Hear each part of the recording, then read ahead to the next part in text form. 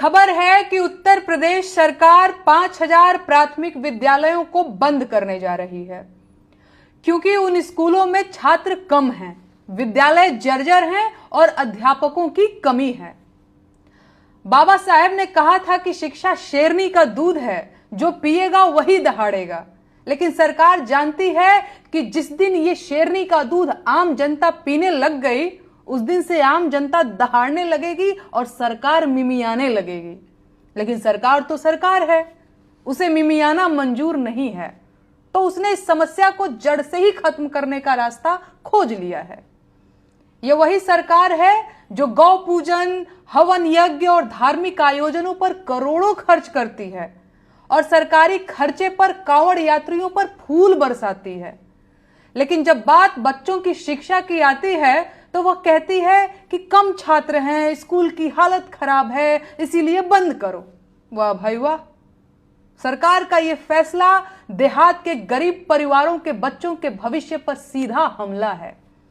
और देहातों में रहने वाले अधिकांश गरीब परिवार जाति व्यवस्था में किस पायदान पर आते हैं, यह बात किसी से छिपी नहीं है। तो अब आप बताइए कि सरकार का यह फैसला किसे तबाह करेगा? बच्चों की प्राथमिक शिक्षा को संविधान में मूल अधिकार के रूप में मान्यता मिल चुकी है, लेकिन लगता है कि मौजूदा सरकार की प्राथमिकता सूची में न तो बच्चों की शिक्षा शामिल है, न ही संविधान का पालन करना। मुझे जानना है कि अगर प्राथमिक विद्यालयों में बच्चे कम हैं, तो ये किसकी गलती है? देश की आबादी में तो कोई कमी नहीं है, और ऐसा भी नहीं है कि देहात का हर बच्चा कॉन्वेंट स्कूल में पढ़ने लग गया है। अगर स्कूल की हालत खराब है तो ये किसकी गलती है? सरकार अपनी गलती मानकर स्कूलों को सुधारने की बजाय स्कूलों को बंद कैसे कर सकती है भाई? ये तो छोटे छोटे मासूम बच्चों के साथ अन्याय करना हुआ।